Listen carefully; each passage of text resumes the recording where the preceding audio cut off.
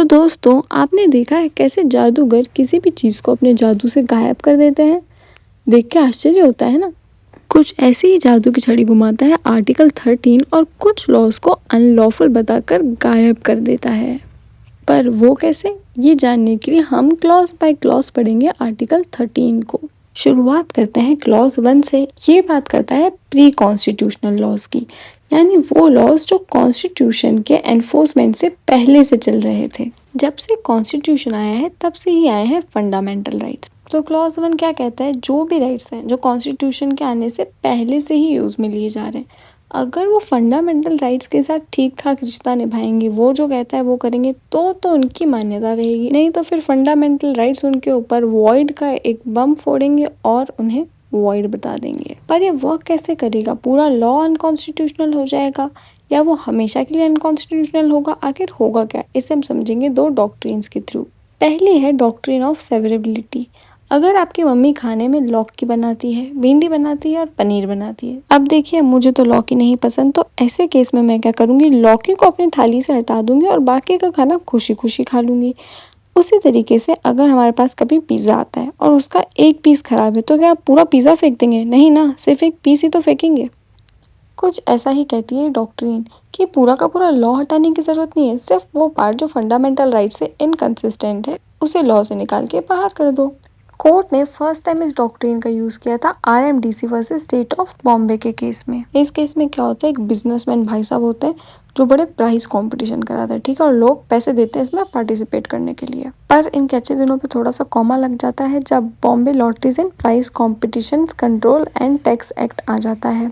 इस एक्ट में क्या होता है कि गवर्नमेंट बोलती है जो भी ऐसे प्राइस कंपटीशन ये सब है ना, ये सब गैम्बलिंग के अंडर में आ रहे हैं और इनको तो हम रेगुलेट करेंगे।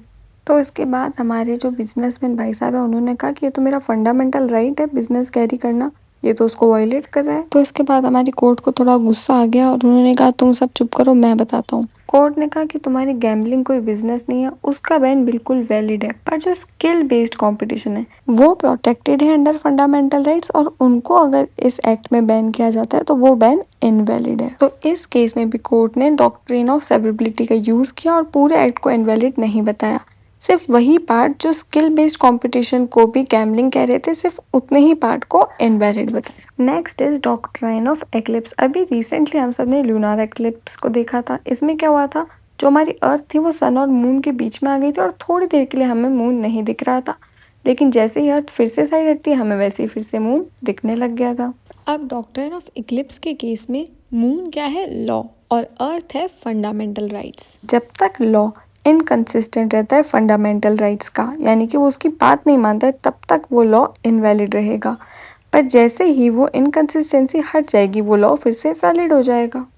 अब क्या हुआ था ना, 1947 में मोटर व्हीकल्स अमेंडमेंट एक्ट आया था। इसमें स्टेट गवर्नमेंट ने क्या किया कि जितने भी ट्रांसपोर्ट के भी बिजनेस थे ना, उन सब पे अपनी मोनोपोली बनाने की कोशिश कर दी। लेकिन इस एक्ट के आने के बाद 1950 में आया हमारा कॉन्स्टिट्यूशन, जिसके साथ है फंडामेंटल राइट्स, और उन्हीं सब फंडामेंटल राइट्स में से एक राइट होता है राइट टू बिजनेस का। और अगर स्टेट ये मोनोपोली बना देती है कि वही किसी बिजनेस को कंट्रोल करेगी, तो ये वायलेशन होता है राइट टू बिजनेस का, जिसको लेके ट्रांसपोर्ट ओनर्स गए कोर्ट में और कोर्ट ने कहा नहीं, ये एक्ट तो इनवैलिड होगा।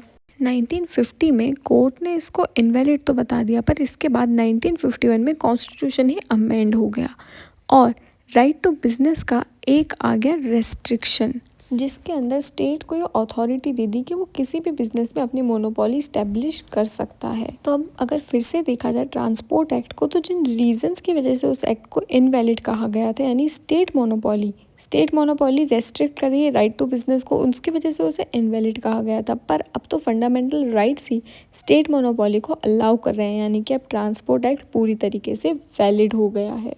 यानी कि अगर आज कोई लॉ इनवैलिड है क्योंकि फंडामेंटल राइट्स में कुछ ऐसा क्लॉज है जिससे कि वो लॉ सिमिलर नहीं है, पर अगर वो क्लॉज या तो फंडामेंटल राइट का क्लॉज इन फ्यूचर में चेंज हो जाता है या फिर उस लॉ में कुछ ऐसे चेंजेस आ जाते हैं जिसकी वजह से वो अब फंडामेंटल राइट से बिल्कुल सही है, तो वो लॉ फिर से एक बार एक्टिव हो जाएगा। अब बढ़ते हैं आगे और पढ़ते हैं आर्टिकल 13 के क्लॉज 2 को, जो कि प्रोहिबिट करता है स्टेट को कोई भी ऐसा लॉ बनाने से जो कि फंडामेंटल राइट से इनकंसिस्टेंट हो। नहीं तो जैसा कि हमने डॉक्ट्रिन ऑफ एक्लिप्स में पढ़ा, वो लॉ तब तक सोता हुआ शेर रहेगा जब तक कि उस इनकंसिस्टेंसी को हटा ना दे, या फिर जो पार्ट इनकंसिस्टेंट है फंडामेंटल राइट से, उस पार्ट को खाली उस पूरे लॉ से अलग कर दे।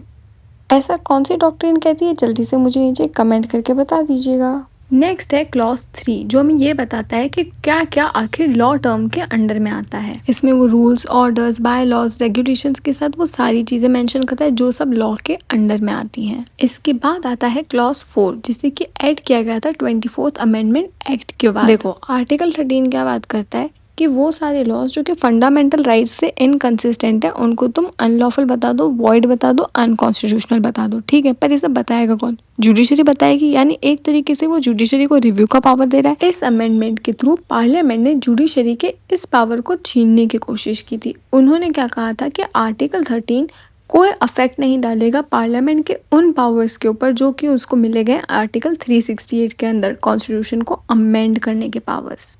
यानी पार्लियामेंट चाहे जो करे, जुडिशरी कुछ नहीं बोलेगी। पर जुडिशरी ने भी अपना दिमाग लगाया और आया Kesavananda Bharati versus state of Kerala. Court ने कहा ठीक है, तुमको फंडामेंटल राइट्स अमेंड करके खुशी मिलती है, इसमें तुम्हारी खुशी है तो तुम ये भी कर लो, पर एक बात सुन लो, तुम्हें फंडामेंटल राइट्स अमेंड करने करो, पर तुम बेसिक स्ट्रक्चर के साथ छेड़छाड़ नहीं करोगे, उसे तुम अमेंड नहीं कर सकते हो। बेसिक स्ट्रक्चर डॉक्ट्रिन हम ऑलरेडी पढ़ चुके हैं, उसमें कोई डाउट हो तो वीडियो चेक कर लेना, और आज की वीडियो में कोई डाउट हो तो कमेंट करके जरूर बताना। Okay bye till next video. तो मैं ना वो वाले दोस्त मत बनना जो अच्छी वीडियो सिर्फ खुद देख के बैठ जाते हैं, अपने दोस्तों के साथ शेयर भी करना और लाइक भी करना।